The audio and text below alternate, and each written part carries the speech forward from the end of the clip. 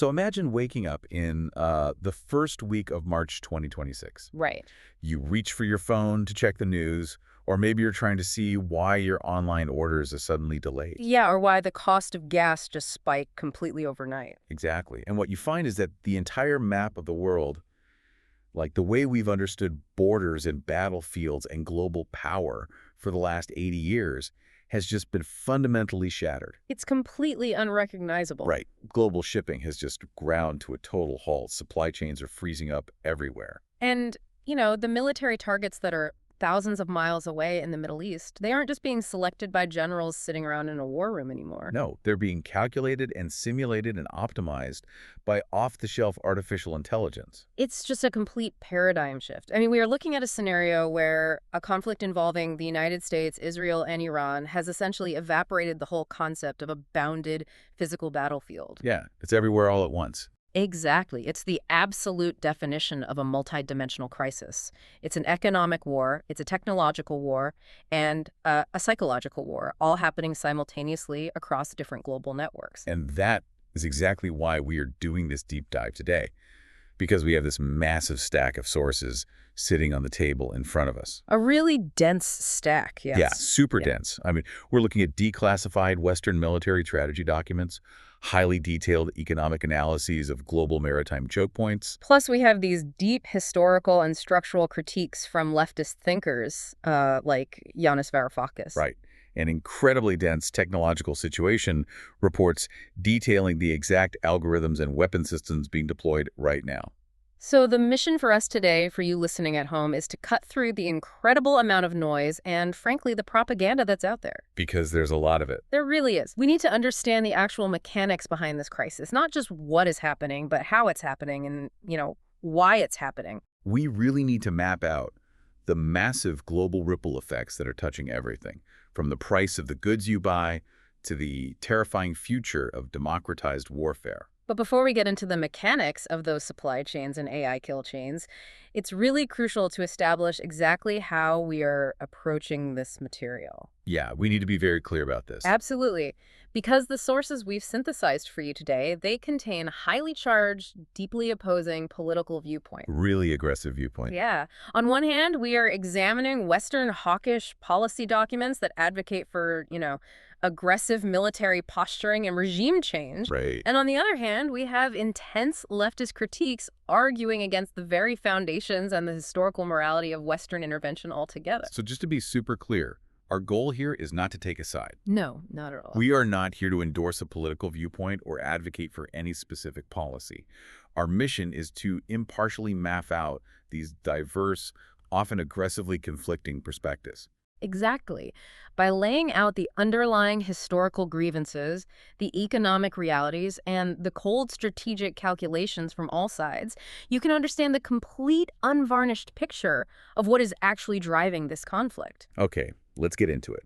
Because to understand how we got to a global shipping crisis and AI targeting, we really have to start with the immediate catalyst. Right, the trigger. Yeah, we have to look at the precise timing of the United States and its Israeli strikes on Tehran that took place over the weekend of February 28th and March 1st of 2026. And the immediate question you have to ask yourself is, why then? Right. Why that specific weekend? Because when you look at the military documents, they make it very clear that this wasn't simply a reaction to an imminent nuclear threat. Which is what a lot of people assume. Right, but in fact, if you go back to the aftermath of the 12-day war in 2025, the previous U.S. administration literally declared that Iran's nuclear program was obliterated. Obliterated.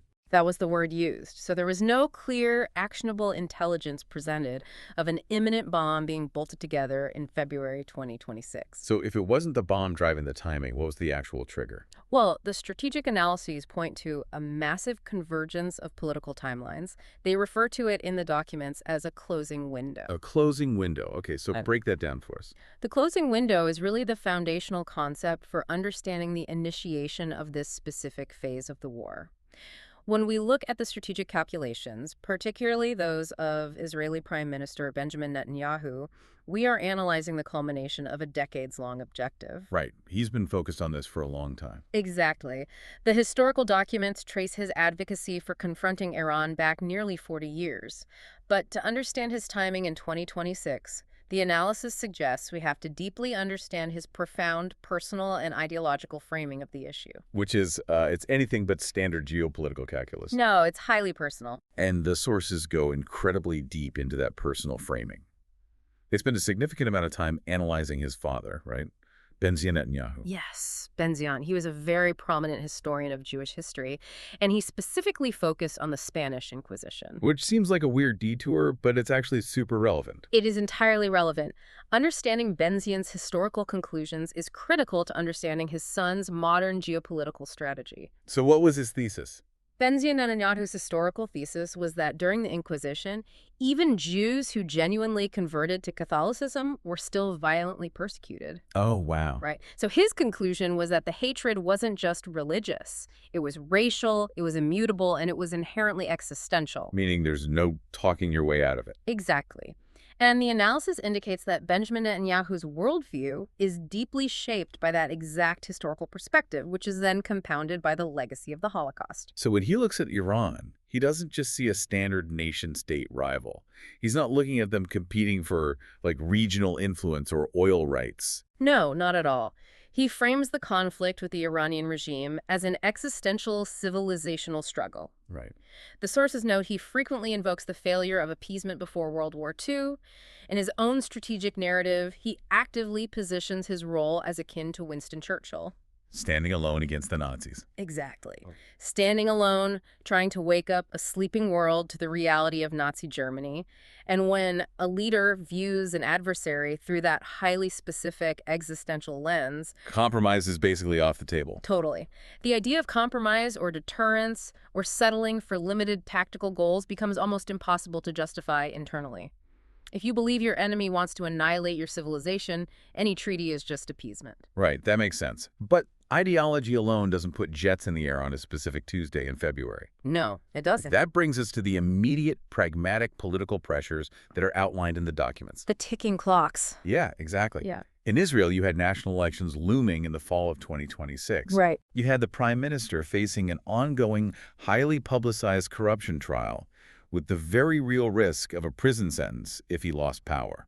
And you still had the immense, unresolved political and emotional fallout from the October 7th attacks years prior. Right. So the analysis maps out how, in that specific domestic pressure cooker, initiating a major decisive conflict could do a few things. It could rally public support, legally justify emergency powers that might, pause domestic legal issues. That is huge. Yeah.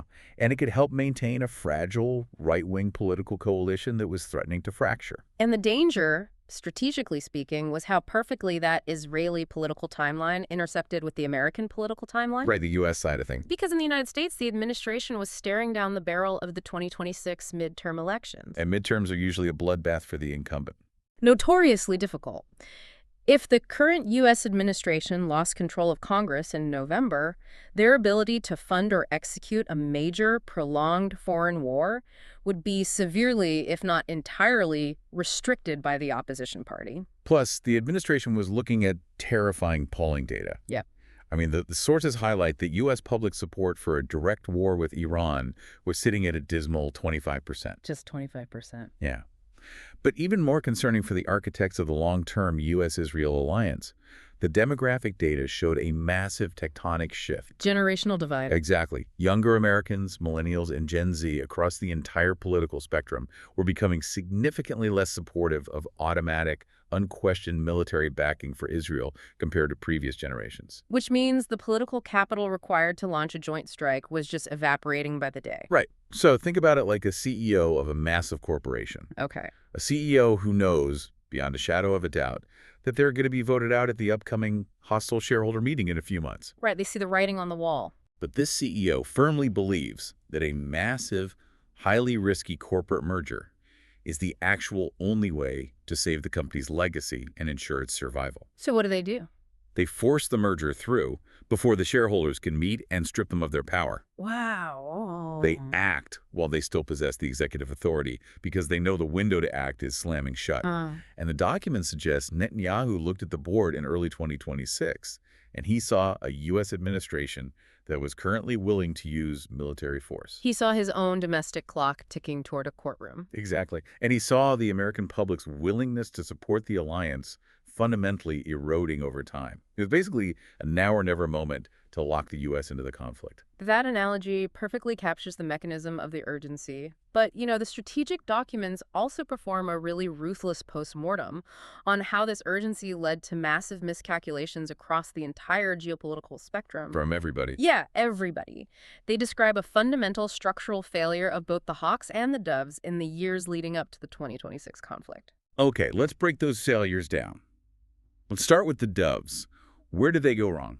Well, the dovish perspective largely favored coexistence, economic integration, deterrence, and diplomacy. Which sounds reasonable. It does. But the analysis shows they vastly underestimated the true cost of coexisting with a disruptive Iran. They fundamentally misunderstood the mechanism of Iran's asymmetric warfare. How so? The doves believed that because Iran couldn't win a conventional war, tank against tank, they could be contained.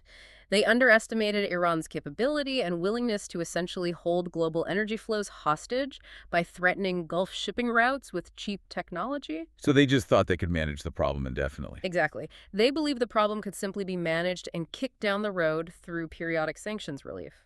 Okay, but as the military documents show, the hawks got it completely wrong too. Oh, completely.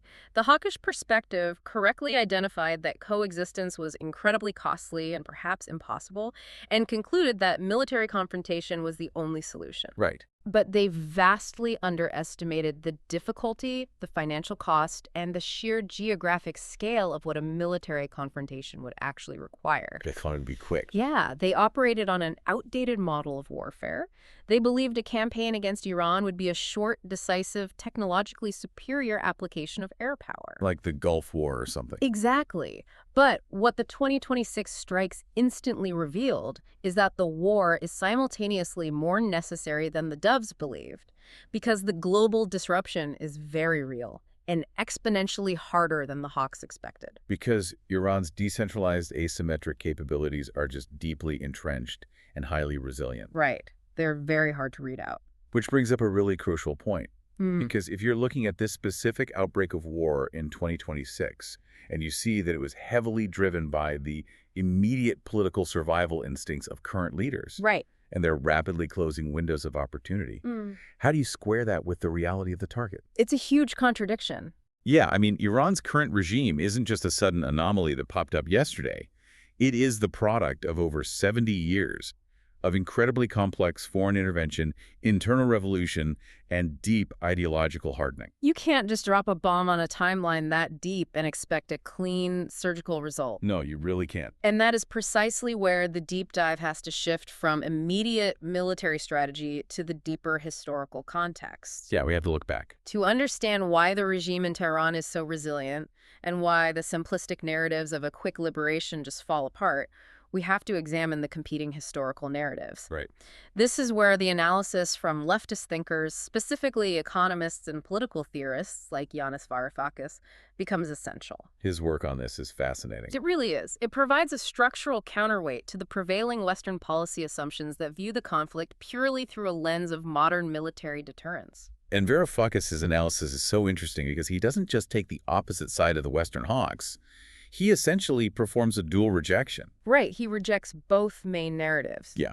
He completely rejects the standard Western narrative that these military interventions, sanctions, and bombings are benevolently designed to bring about democracy and human rights to the Iranian people. Absolutely. But, and this is a really crucial distinction, he equally rejects a delusion held by some factions on the global left. Yeah. The idea that the Iranian regime is somehow a progressive, anti-imperialist force that should be championed simply because it opposes the United States. He says both of those stories are entirely false. Right. They're both myths. Exactly. He argues that to understand the mechanism of the modern tragedy of Iran, you cannot start the clock in 1979 with the Islamic Revolution, which is where a lot of Western policy documents begin. You have to go further back. You have to start the clock in 1953. The Mossadegh coup. Yes. In 1953, Iran had a democratically elected prime minister, Mohammad Mossadegh. Right. And Mossadegh's primary political objective was to audit and eventually nationalize the Anglo-Iranian oil company. Which eventually became BP, right? Exactly. And this company was entirely controlled by the British and was funneling the vast majority of Iran's natural wealth out of the country. So the Iranians were seeing almost none of the profit from their own oil. Virtually none. When Mossadegh demanded an audit of the books, the British responded with a devastating naval blockade and economic embargo. And when that didn't break Mossadegh, they went to the Americans. They did. The CIA and British intelligence orchestrated Operation Ajax. Right. The infamous coup. Exactly. It was a covert coup that successfully overthrew Mossadegh's democratic government. And the leftist critique argues that at that specific historical moment, the US and the UK permanently forfeited any moral claim to being the defenders of Iranian democracy. They literally crushed a democratic movement to protect a corporate monopoly. Yes, that's exactly the argument. Because what followed the coup certainly wasn't democracy. The Western powers reinstalled the Shah, Mohammad Reza Pahlavi. Right. And the sources detail the mechanics of his rule. It was deeply authoritarian, heavily topped up by Western military aid, and entirely reliant on a brutal, CIA-trained secret police force known as SAVAK. They were terrifying. Yeah, it was basically a fascistic internal system that ruthlessly suppressed any political dissent, labor organizing, or free speech. So no room for opposition at all. None. Yeah. And think about the physics of that. If you put a society in that kind of extreme pressure cooker for 25 years, an explosion isn't just a possibility. It is a mathematical inevitability. Right, the pressure has to go somewhere. And that explosion was the 1979 revolution. But the crucial nuance that is often lost here, which the historical analyses point out, is that the 1979 revolution was not initially a monolithic Islamic fundamentalist movement. No, it wasn't just clerics. Not at all. It was a massive, incredibly diverse, broad-based coalition. It included secular liberals, trade unionists, leftists, communists, and various Islamist factions. Basically everyone who aided the Shah. Exactly. They were all temporarily united by a single overriding goal: overthrowing the Shah's dictatorship and dismantling SAVAK. But once the Shah fled, the coalition immediately fractured. Just fell apart. Yeah. Ayatollah Khomeini's fundamentalist faction was the best organized, and they moved swiftly to consolidate absolute power. And what was their very first major systemic move once they had control of the state apparatus? They turned the weapons on their own coalition. Yes. They systematically eliminated the left wing of the revolution. That's so boring. It is. The leadership of Iran's communist, socialist, and progressive movements were imprisoned, mass executed, or forced into permanent exile. Wow. So the structural result was a theocratic Islamic republic that continually used anti-imperialist, anti-American rhetoric to gain legitimacy in the broader Muslim world, while simultaneously utilizing the exact same authoritarian mechanisms as the Shah to crush any actual progressive or democratic opposition at home. And this historical trajectory perfectly explains the economic reality of Iran today, which the leftist critique uses to completely dismantle the myth of Iran as some sort of socialist, anti-capitalist state. Right.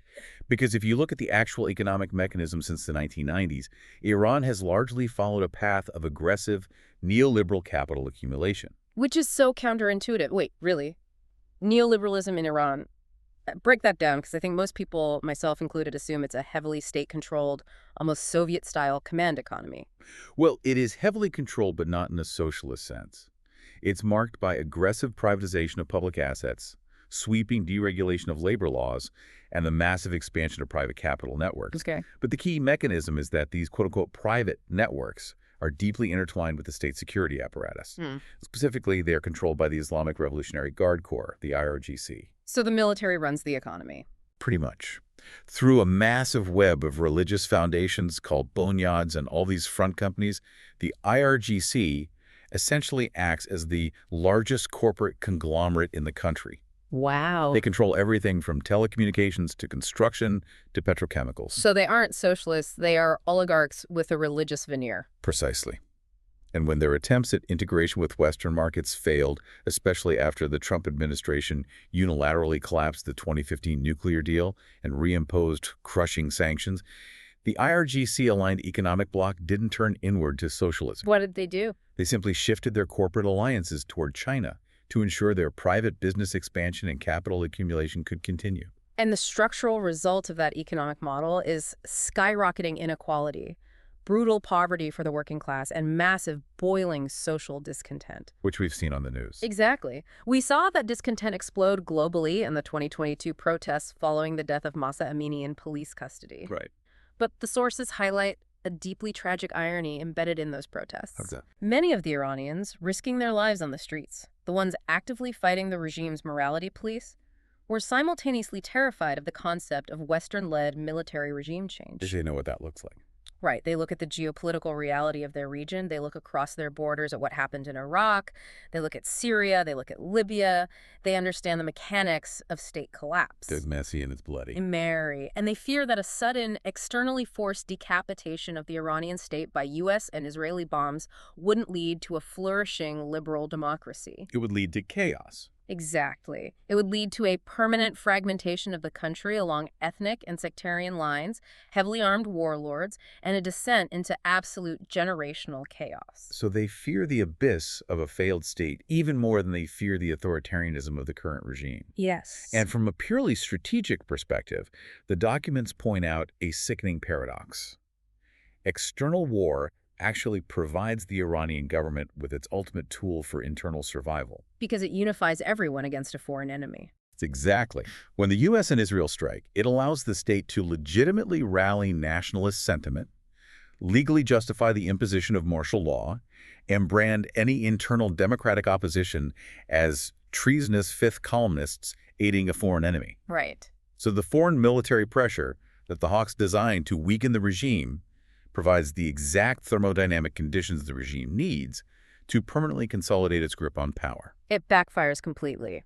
So, if the leftist critique serves as a profound warning that military intervention breeds further authoritarianism, the Western strategic thinkers have their own, equally dire historical warning about the cost of this conflict. And this is where the declassified documents draw a genuinely unexpected macro-historical parallel. Yes. To understand the risk to the United States in 2026, they don't compare America to Rome. They compare the United States to the British Empire between the 1880s and the 1920s. That's a fascinating structural comparison. Let's unpack the mechanics of that. Yeah, please do. Because during that 1880 to 1920 period, Britain was the undisputed sole global superpower. They dominated global finance, they controlled the largest share of global economic trade, and their navy secured the world's shipping lanes. Which sounds very familiar, much like the U.S. operates today. Exactly. But the mechanism of their decline wasn't a sudden, massive defeat by a rival peer. Britain became trapped in a grinding cycle of peripheral entanglements. The small wars. Right. They were constantly fighting what they called small wars to manage regional instability across their vast empire in places like the Sudan, Somalia, Afghanistan, and famously Iraq. Right. And the strategic source notes a staggering, almost unbelievable economic statistic regarding this. The 1920 British military suppression of the Iraqi rebellion cost the British Treasury as much money as Britain's entire domestic education budget for that entire year. Wait, really? Their entire education budget? For the whole year. Think about that. They were bleeding their national future, their domestic intellectual capital, into the sand to manage a peripheral rebellion. Precisely. And while the British political establishment and military high command were entirely distracted by managing the chaotic, violent periphery of their empire, they completely missed the tectonic shifts happening globally. They took their eye off the ball. Totally. Yeah. While Britain fought local skirmishes with cavalry and early biplanes, the United States was quietly, relentlessly building an advanced, continent-spanning industrial economy. Right. And simultaneously, Germany was secretly rebuilding its heavy manufacturing and military apparatus.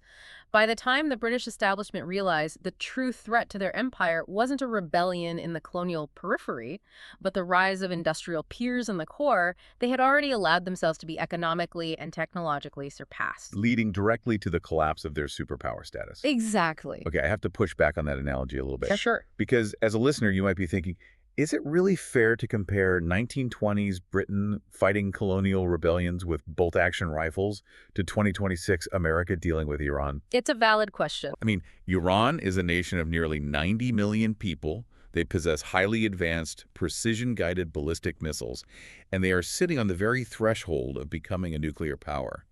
It feels like the stakes of ignoring Iran are fundamentally different than Britain ignoring a tribal uprising. The stakes are absolutely different in terms of their immediate destructive capacity. The analysts acknowledge that. But the strategic thinkers argue that the mechanism of imperial decline is exactly the same. The mechanism itself. Right. They call it the tectonic versus peripheral argument. The math of superpower decline is cumulative. Every dollar counts. Exactly. Every $4 million interceptor missile the U.S. Navy fires at an incoming Iranian drone, every hour the National Security Council spends debating Middle Eastern red lines, every carrier strike group deployed to the Gulf, is energy, federal budget, and strategic focus actively diverted away from the actual tectonic challenges that will define the 21st century. Which are the peer-to-peer challenges. Exactly. Countering China's relentless, massive advancement in artificial intelligence, quantum computing, and renewable energy dominance. And Russia, too. Right. Managing Russia's persistent attempts to fracture European security architectures. The sources argue that great powers are always lured into these peripheral wars because they promise the illusion of quick moral victories and a demonstration of resolve. But they rarely are quick. No. Tactical wins in these peripheral regions almost never translate into long-term strategic gains. They almost always lead to decade-long quagmires and profound national exhaustion. So the U.S. is risking its long-term global supremacy by getting bogged down in the Gulf. But if we zoom in from that macro global superpower level to the immediate regional level, the situation is even more precarious. It really is. Because this war isn't happening in a vacuum or on a chessboard. It's happening right on top of Iran's immediate neighbors. And that brings us to the incredibly complex, highly fragile regional web that has been caught directly in the crossfire of these strikes. The regional dynamics have been entirely upended, and the economic fallout is just immediate. Let's look at the mechanics of Saudi Arabia's situation. Good example. For years, Crown Prince Mohammed bin Salman, widely known as MBS, has been aggressively pushing a master plan called Vision 2030. Right. This isn't just a policy tweak, it is a massive, multi-trillion-dollar economic transformation plan. The entire mechanism of Vision 2030 is designed to pivot the Saudi economy away from its absolute historical dependence on fossil fuel. They want to build a post-oil economy. Exactly. The goal is to literally build new cities from scratch, like Neom, and turn Saudi Arabia into a glittering, ultra-modern global hub for international business, cutting-edge technology, and high-end tourism. But the fundamental reality of global capital is that you cannot build a global tourism hub or attract trillion-dollar foreign investment in an active war zone. No, investors crave stability above all else. They hate risk. And the sources detail how that Vision 2030 is actively crumbling because of the 2026 strikes. You have high-profile, multi-million-dollar events like Formula One races being suddenly canceled due to the threat of airspace closures and missile debris. Yeah, that's a huge black eye for them. Exactly. Foreign investors are getting spooked and pulling capital commitments. And Saudi Aramco, the state oil giant and the financial engine of the entire country, literally issued formal warnings to global markets of catastrophic consequences if the conflict continues to escalate and threaten their refining infrastructure. Because Saudi Arabia finds itself trapped in what geopolitical analysts call the Goldilocks problem. The Goldilocks problem. Yeah. For decades, Riyadh has viewed the regime in Iran as their primary regional and ideological rival. They have fought brutal, prolonged proxy wars against Iranian influence in Yemen, in Syria, and in Lebanon. Right. So, on one hand, the Saudi leadership desperately wants a weakened Iran. They want Iran's military capabilities degraded and its ability to fund proxies destroyed. Makes sense. But, crucially, they absolutely do not want a collapsed Iran. Right, because a collapsed Iran means that abyss we talked about earlier. Exactly. A sudden regime collapse in a country of nearly 90 million people right across the narrow Persian Gulf would unleash absolute, uncontrolled regional chaos. Refugees, weapons. Yes. The mechanism of that collapse would mean massive, destabilizing refugee flows across borders, the proliferation of highly advanced, unsecured weapons into the black market, and the rise of uncontrollable, non-state militant groups operating in the vacuum. It would be an absolute nightmare scenario for Saudi Arabia's own internal security. They want Iran contained, not detonated. So they tried to thread the needle diplomatically. In 2023, Saudi Arabia actually signed a highly publicized Chinese-brokered détente with Iran. Which shocked a lot of people. Yeah, it was a big deal. The goal was to try and cool the temperature, reestablish diplomatic ties, and secure their borders so Vision 2030 could proceed. But the military documents state that the 2026 U.S. and Israeli strikes essentially blew that fragile détente to pieces. Iran fell completely backed into a corner facing an existential threat and adopted what the documents call a scorched earth deterrence strategy. And the logic of scorched earth deterrence is brutal but effective. Iran essentially sent a message to the Gulf states. If our economy goes down, if our regime falls, we are taking your glittering infrastructure down with us. Wow. Yeah. They began directly targeting U.S. military bases located within Saudi Arabia. They targeted the airspace near the American embassy in Riyadh. And most terrifyingly for the global economy, they targeted key Saudi oil infrastructure, like the massive Ras Tanura refinery complex. Which forced Saudi Arabia into a strategically agonizing position. Their desperate efforts to remain neutral, even going so far as publicly denying the United States the use of Saudi airspace to launch strikes against Iran, failed to protect them from Iranian retaliation. They're just stuck. Yeah, they are economically vulnerable because their entire Vision 2030 future depends on peace, and they are strategically trapped because they still fundamentally rely on the U.S. military security umbrella for ultimate survival, even as they are deeply, deeply frustrated by the unpredictability and aggression of U.S. policy in the region. And if you think the Saudi dilemma is complex, look east to Pakistan. Oh, right. The deep dive sources highlight Pakistan as facing perhaps the most impossible choice of any nation caught in this conflict. Pakistan occupies a unique and highly volatile position. They have nukes? They're the Muslim world's only nuclear-armed power. They share a long, porous, and often violent border with Iran, plagued by separatist insurgencies. Right. But structurally, they also have a deeply entrenched, long-standing defense pact with Saudi Arabia, heavily backed by Saudi financial bailouts. When the 2026 war expanded and Iranian retaliatory attacks hit Saudi sovereign territory, the technical clauses of that defense agreement were activated. Meaning the geopolitical pressure on Islamabad from Riyadh and Washington to join the military coalition against Iran, or at the very least provide critical logistical and airspace support, was immense. Massive pressure. But the sources point out the terrifying domestic reality for the Pakistani government, if they were to comply. Pakistan has a massive Shia population, numbering in the tens of millions, who feel deep religious, cultural, and historical ties to Iran. But it's not just the Shia population. No, the opposition to attacking Iran goes far beyond just sectarian lines. It does. The internal analysis warns that a vast, overwhelming majority of the Pakistani public across all sects would vehemently oppose their military being used to attack a neighboring Muslim country. Especially if they're seen as doing America's bidding. Exactly. Especially if that attack was perceived as Pakistan acting as a subservient proxy for the United States and Israel. The anti-imperial sentiment is a profound political force there. And the intelligence sources literally warn of a domino effect of internal rebellion. If the Pakistani military high command were to act against Iran, it could trigger mass, uncontrollable nationwide protests, severe political instability, and potentially fracture the military apparatus itself along ideological lines. Which is terrifying when nuclear weapons are involved. Yeah, so Pakistan is caught in the ultimate trap. Alienate their primary financial and security backers in Riyadh and Washington by doing nothing, or risk a domestic, potentially nuclear-armed uprising that could topple the government by getting involved. And this is the terrifying reality of the regional web. The war has expanded far beyond a simple bilateral exchange of missiles between Israel and Iran. It's touching everybody. It has become a massive stress test for the internal stability and economic survival of every single nation in the surrounding area. But it's not just the geography that has expanded. The very nature, the physical mechanics of how this war is being fought has fundamentally shifted the paradigm of conflict. Yes. Here is where the technological reports get really interesting and, honestly, profoundly dystopian. Very dystopian. The sources detail how this regional conflict has morphed into a live-fire laboratory for the world's superpowers. They are actively testing entirely new paradigms of modern warfare. We are moving rapidly away from the traditional 20th century concepts of massed troops on the ground and moving into a war defined entirely by artificial intelligence, autonomous drone swarms, and the invisible battleground of the electromagnetic spectrum.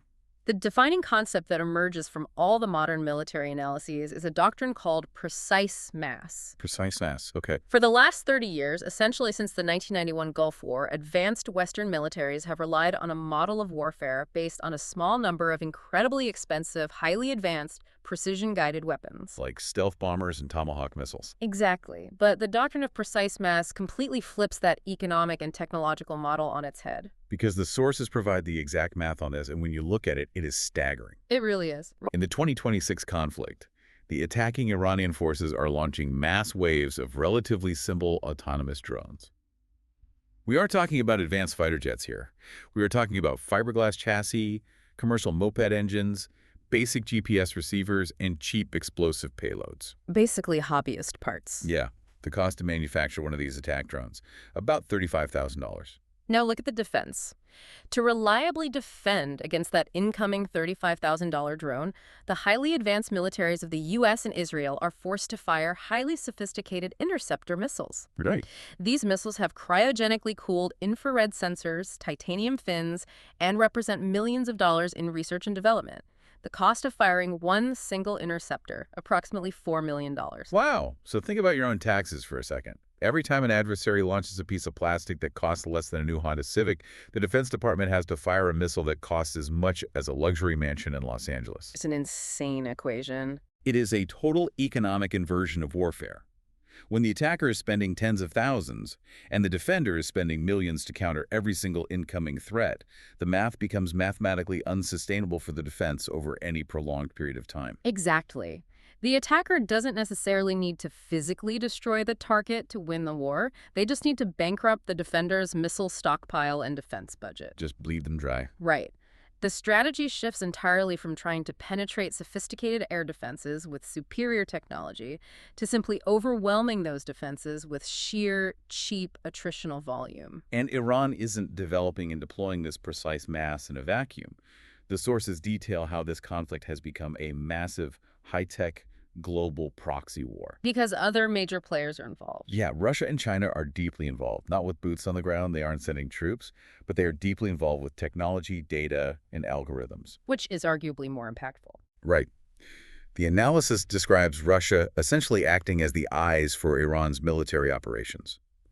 Russia is providing Tehran with highly sensitive military-grade satellite intelligence. This includes the real-time precise coordinates and movement tracking of U.S. warships, aircraft carriers, and logistics hubs in the region. It's a cold strategic transaction. The mechanism is simple. Russia desperately needs a constant supply of cheap Iranian drones to sustain its own grinding war of attrition in Ukraine. Right. So in exchange for the hardware, Russia provides the orbital intelligence that allows those exact same drones to find high-value, moving American targets in the Middle East. They are effectively using satellite intelligence as a hard currency. But China's involvement, according to the tech reports, is even more systemic and potentially far more dangerous in the long term. Oh, absolutely. The sources say China is actively upgrading Iran's entire kill chain. Let's define the kill chain. Good idea. It's the multi-step process a military uses to identify a target, dispatch a weapon to that target, and destroy it. China is actively exporting highly advanced electronic warfare systems to Iran to strengthen this chain. What kind of systems? Specifically, the documents highlight the deployment of the YLC-8B anti-stealth radar system. Standard radar often struggles to see American stealth aircraft because the planes are shaped to deflect radar waves. Right, that's the whole point of stealth. But the YLC-8B uses massive antennas to broadcast low-frequency UHF and VHF waves, which interact with the physical size of the stealth aircraft itself, creating a resonance that allows the radar to track planes like the F-35 or the B-21 bomber. That immediately degrades the U.S.'s primary technological advantage in the air. Yes, it does. But the sources highlight another move by China that completely changes the physics of the battlefield. They are migrating Iran's military guidance systems off of GPS and onto China's own encrypted satellite navigation system called Beidou-3. This is a critical, game-changing detail. The mechanism of GPS is that it is a constellation of satellites owned and operated by the United States Space Force. Right. Historically, in a conflict zone, the U.S. military has the ability to introduce selective availability. Which means they can turn it off or mess with it. Essentially, yes. degrading or scrambling the GPS signal so enemy missiles lose their guidance and miss their targets. But by moving Iran onto the Beidou 3 system, China is making the Iranian military entirely independent of the U.S.-controlled network. Wow. The U.S. has lost its God mode kill switch over Iranian navigation. And from Beijing's perspective, this isn't just about charity or helping Iran fight the U.S. It is exactly what we said earlier, a live-fire laboratory. They're gathering data. Yeah. China is using the Middle Eastern war to gather massive, invaluable amounts of real-world data on how its radar and electronic warfare systems perform against actual, deployed U.S. stealth technology and tactics. They're using Iran's war to refine their own military algorithms and doctrine for a potential future conflict with the U.S. over Taiwan. But the absolute most explosive detail in these technological reports isn't radar or satellites. No, it's the AI. It is the introduction of artificial intelligence as the ultimate accelerant of war. The sources specifically highlight the U.S. military's integration of a commercially developed large language and analytical AI model named Claude directly into their command and control systems. Wait, like the AI you can chat with online? Exactly. They are using a commercial AI to run vast military simulations, process immense amounts of raw battlefield intelligence, and even assist in rapid target selection. That feels like a huge line being crossed. It represents a historic, terrifying watershed moment in human conflict. The integration of advanced AI into the kill chain drastically, exponentially compresses decision time. How much time are we talking about? Well, to understand the mechanism, think about a human intelligence analyst. They might take hours to pore over satellite photos, cross-reference intercepted radio chatter, and identify a hidden missile launcher. Yeah. The AI model can analyze millions of data points from satellites, drones, and intercepts simultaneously, and generate dozens of optimized targeting options in milliseconds. Milliseconds. You can't even blink. Exactly. The speed of war is no longer dictated by human cognition. It has become entirely algorithmic. But as you can imagine, the use of a commercial AI like Claude for targeting has triggered a massive, highly complex legal and moral battle back in the tech sector. Unsurprisingly. Yeah. The sources detail how the company that developed the AI, Anthropic, is fighting back aggressively. They are demanding strict contractual guarantees and software guardrails, ensuring their AI won't be used for illegal targeting or unrestricted warfare. And the U.S. government countered by arguing that such contractual clauses from a tech company are unnecessary because the military is already bound by the Geneva Conventions and international laws of armed conflict. But the underlying tension is clear and unresolved. Civilian commercial AI companies, built in Silicon Valley office parks, are suddenly finding their intellectual property acting as the central nervous system of a global war. And this leads directly to what the military analysis calls the terrifying moral slippery slope of AI warfare. Right now, the militaries on all sides insist there's always a human in the loop. Meaning a human officer looks at the screen, reviews the AI's targeting recommendation, and makes the final moral decision to press the fire button. Exactly. But look at the mechanism of what happens when that drone swarm attacks. As the speed and sheer volume of an incoming autonomous drone swarm increases, the time a human operator has to review the data and make a decision shrinks from minutes to seconds, and eventually down to milliseconds. Because the AI is moving too fast. Right. If the human takes too long to decide, the ship gets hit. The mathematical pressure to remove the slow biological human from the loop entirely to allow the AI to autonomously identify a threat and launch an interceptor without any human input becomes absolutely overwhelming. It becomes a matter of survival. Yes. And war is inherently messy. It is full of bad data, fog, and friction.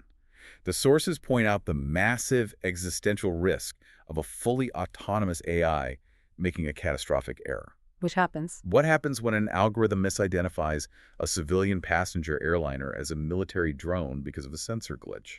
Or worse, what if the AI calculates an acceptable level of civilian casualties based on a cold, flawed data algorithm optimizing for military efficiency? But beyond the severe moral risk, there is a profound structural strategic vulnerability for advanced nations leaning into this tech. Okay, what is it? The declassified sources invoke a very specific quote from Shakespeare's Hamlet to describe this U.S. strategy. They warn of the risk of being hoist with his own petard. Meaning you are destroyed by the very bomb you built to blow up your enemy. Exactly. Advanced militaries like the U.S. and Israel have always relied on the superior training, education, and technical expertise of their human personnel as their ultimate insurmountable strategic advantage. Right, the human capital. It takes years and millions of dollars to train a top-tier fighter pilot or a battlefield tactician, but AI threatens to completely undermine and bypass that entire paradigm. Because AI is just code. Exactly, because AI, fundamentally, is just replicable code. It is a commodity. Right.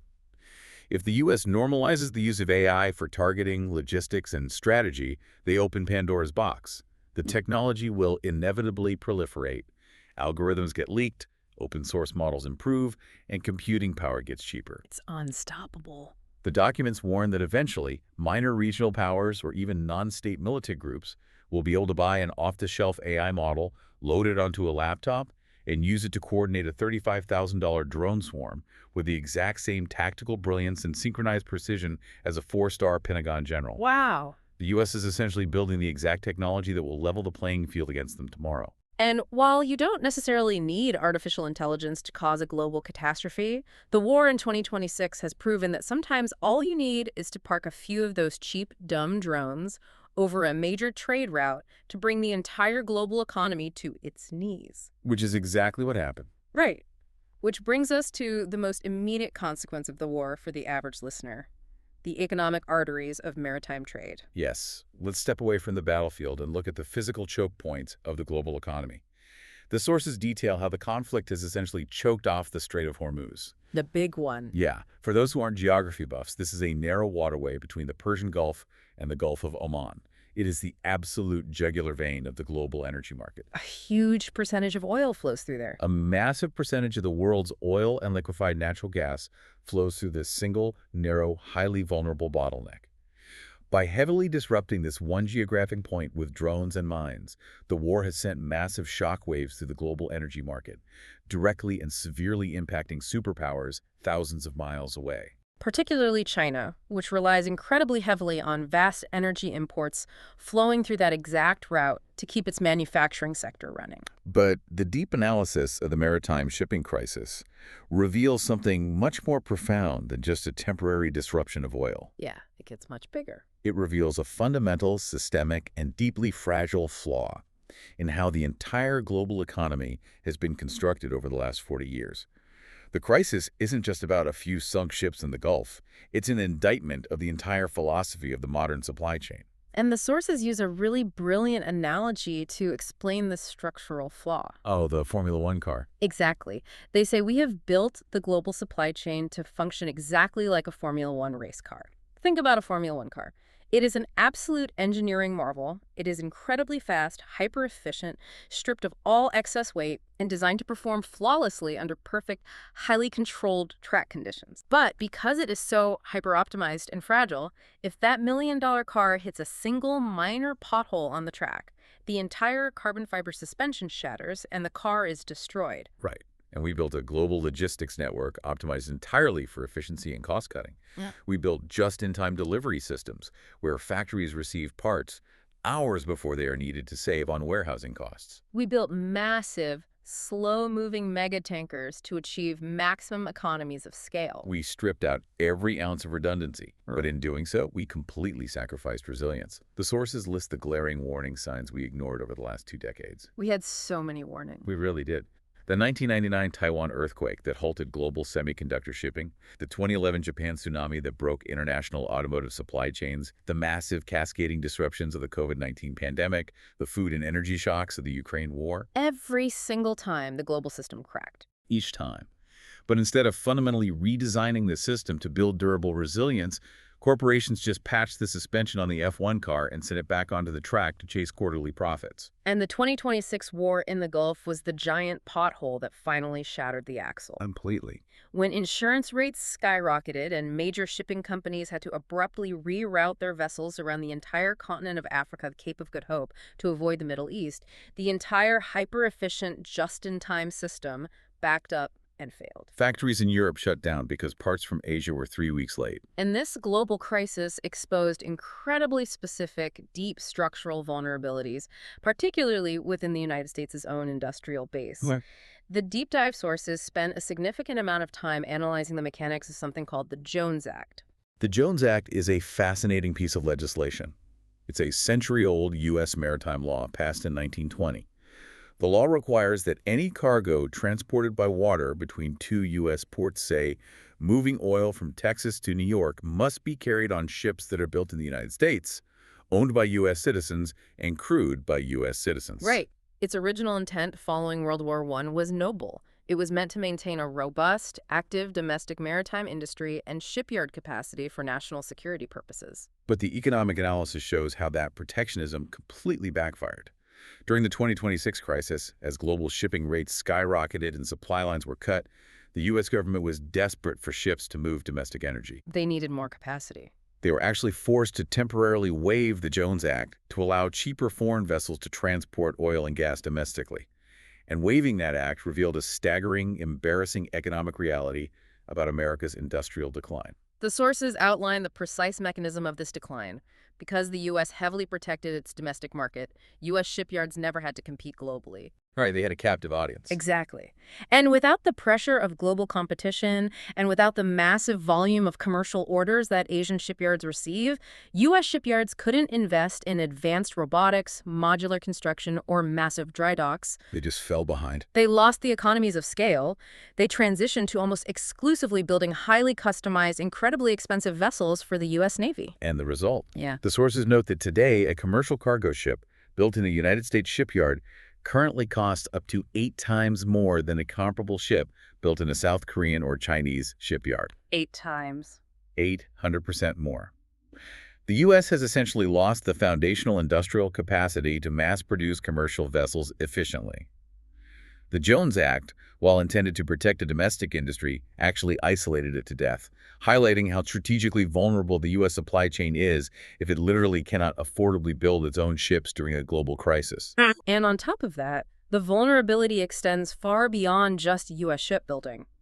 The analysis points out a massive monopoly problem in the structure of the global shipping industry itself. Who owns the ships? Right. Approximately 90% of all global shipping capacity is now controlled by just a handful of massive, highly consolidated European and Asian corporate conglomerates.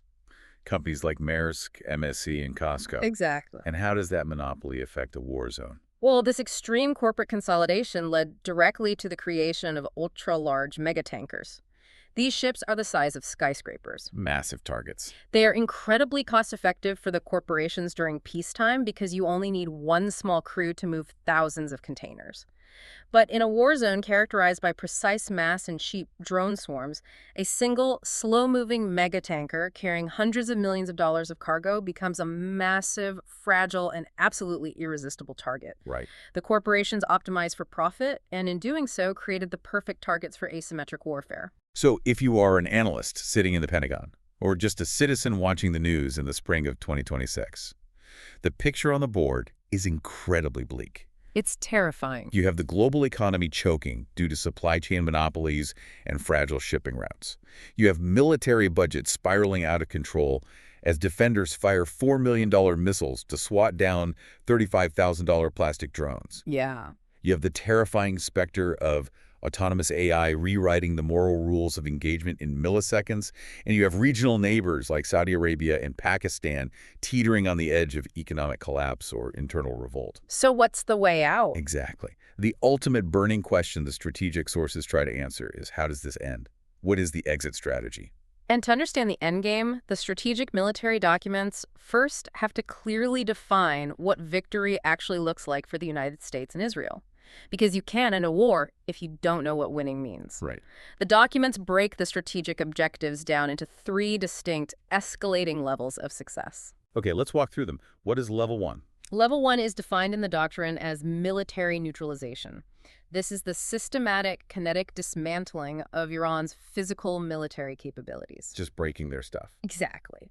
It means bombing their air defense radars, cratering their drone launch runways, sinking their naval assets, and destroying their munition factories. The goal is simply to degrade their physical ability to project power or disrupt international shipping.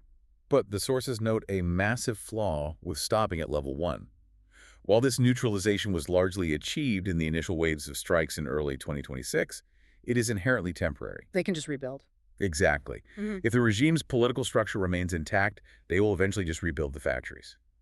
especially because, as we discussed, they have Russia and China eager to sell them replacement parts, So level 1 just resets the clock. It doesn't solve the problem. which forces the military planners to look at level 2. Right. Level 2 is defined as regime collapse. This goes far beyond just destroying weapons. It aims to actively fracture the Iranian political and security structure from the inside out. But how do you engineer a regime collapse from the air? You can't just bomb a government into collapsing. By applying unbearable pressure to the fault lines of the state. This involves highly targeted strikes against the leadership cadre of the IRGC, actively isolating the newly appointed supreme leader, and applying such immense, suffocating military and economic pressure that the internal security apparatus simply breaks down. They want them to turn on each other. Yes, the theory is that under enough pressure, the leadership will splinter into warring factions, or the security forces will refuse orders, forcing the regime to capitulate.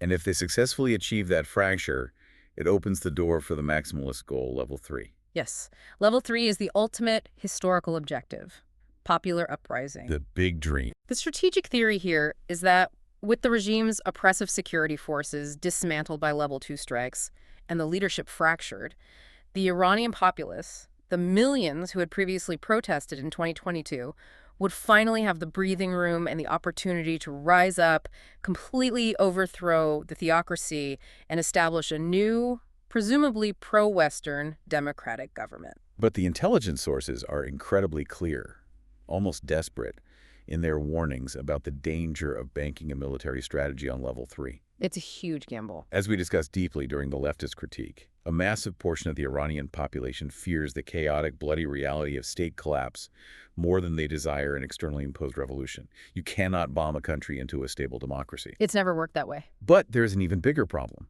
There is a massive, highly radioactive elephant in the room that complicates every single one of these endgame scenarios, especially level 2 and 3, the nuclear issue. Yes. This is the darkest variable in the entire equation. Even though the immediate threat of a completed, bolted-together nuclear bomb may not have been the direct trigger for the February 2026 strikes, the underlying physical reality of the nuclear program cannot be ignored. Not at all. The intelligence estimates buried in these sources are absolutely chilling.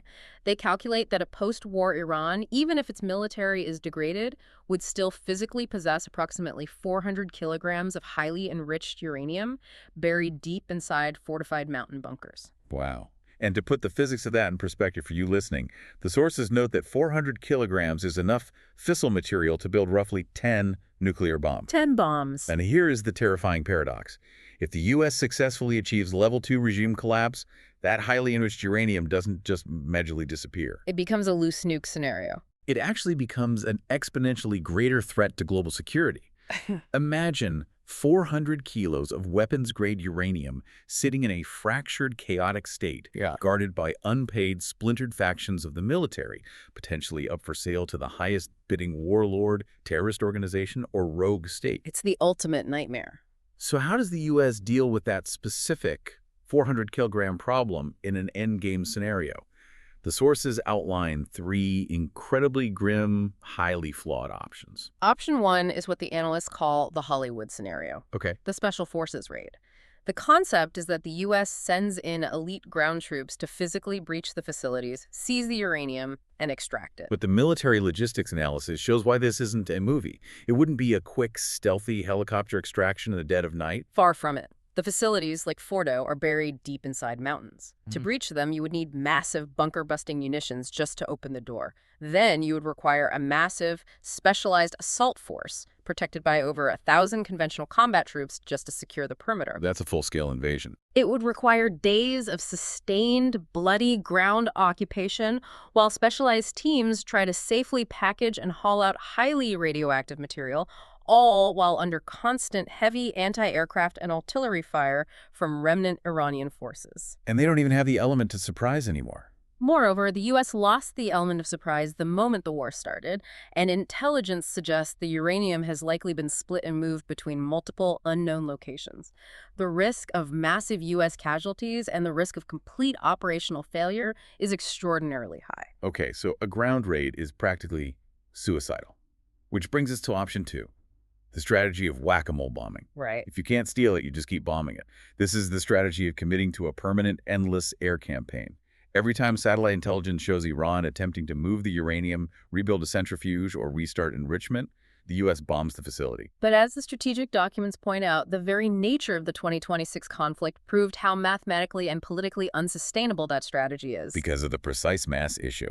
Exactly. Every time the U.S. launches a strike, Iran retaliates with a wave of cheap drone swarms that disrupt global shipping, drive up inflation, and roil global energy markets. The American public, already deeply weary of the conflict and facing economic pain at home, would almost certainly reject a state of permanent, rolling, trillion-dollar warfare that only resets the clock for a few months without ever actually solving the underlying nuclear problem. And the U.S. has other priorities. Furthermore, American grand strategists desperately want to pivot their military focus and budget back to the Pacific to counter China, not remain perpetually bogged down managing a sandbox in the Middle East. Which leaves the strategist with the final and perhaps most difficult option. Option 3. The sources explicitly call it the odious compromise. The mechanism of the odious compromise is striking a hard diplomatic deal with the very regime you just fought. The cold logic is based on mutual exhaustion. Iran is economically devastated, its military infrastructure is heavily damaged, and the regime is struggling to maintain domestic control.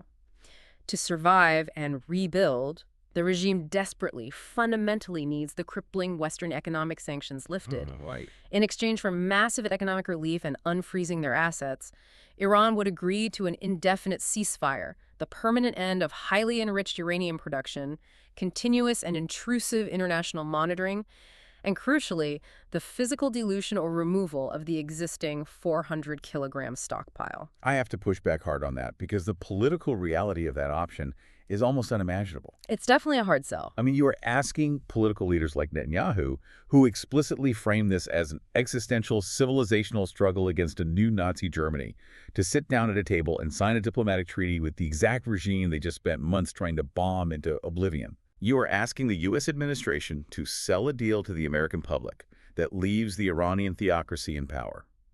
It requires trusting a leadership that the documents admit has every single incentive to cheat on the agreement the moment the inspectors leave.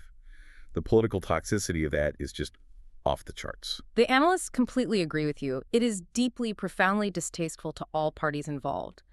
But the ruthless arithmetic of the analysis suggests it is the least worst option for actually managing the physical threat of the nuclear material without sparking World War III or a permanent regional occupation. Wow. However, when the intelligence sources attempt to predict what will actually happen when they move from theory to predicting the most likely, messy reality, they don't point to a grand diplomatic treaty, and they certainly don't point to a dramatic Hollywood military raid. Yeah, the most likely outcome predicted by the analysts is almost entirely anticlimactic and, honestly, a bit depressing. They predict that eventually, the United States and Israel will simply issue a unilateral declaration of victory. Just declare it over. They will go to the podium, declare that their vaguely defined objectives have been met, that Iranian capabilities have been sufficiently degraded to restore deterrence, and they will simply halt offensive military operations. No treaty? There will be no formal peace treaty signed in Geneva, no grand surrender ceremony on the deck of a battleship, just a messy de facto ceasefire as the active hostilities gradually wind down due to mutual economic and political exhaustion. And the profound long-term consequence of that likely outcome is what the strategic thinkers term learning to live with it. Learning to live with it. If the massive combined application of U.S. and Israeli military power integrated with severe global economic sanctions and the most advanced AI-assisted targeting in human history fundamentally fails to cause the collapse of the Iranian regime, then the West will be forced to undergo a massive, painful strategic rethink. They'll have to accept a new reality. They will have to accept the deeply uncomfortable geopolitical reality that Iran, despite its massive economic flaws, its deeply unpopular authoritarianism, and its internal unrest, is a permanent, immovable feature of the Middle Eastern order. The era of rigid, maximalist alliances and the dream of total regime change will likely give way to a messy, pragmatic, and highly flexible diplomacy of ugly containment. Okay, we have covered an immense, incredible amount of ground today. A lot of ground. We started by looking at the very specific, pragmatic political survival instincts that triggered the strikes in March 2026, the closing windows of opportunity, the looming elections, the corruption trials, and the fear of losing a generational alliance. Right.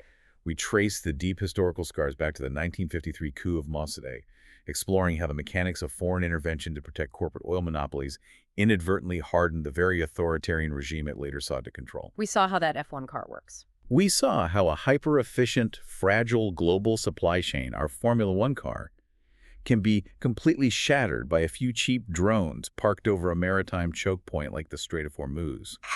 And we mapped out the terrifying inverted math of modern warfare, where a $35,000 piece of fiberglass can bankrupt a superpower firing $4 million interceptor missiles. But there is one final chilling extrapolation we need to pull from these sources before we go. Okay, what is it?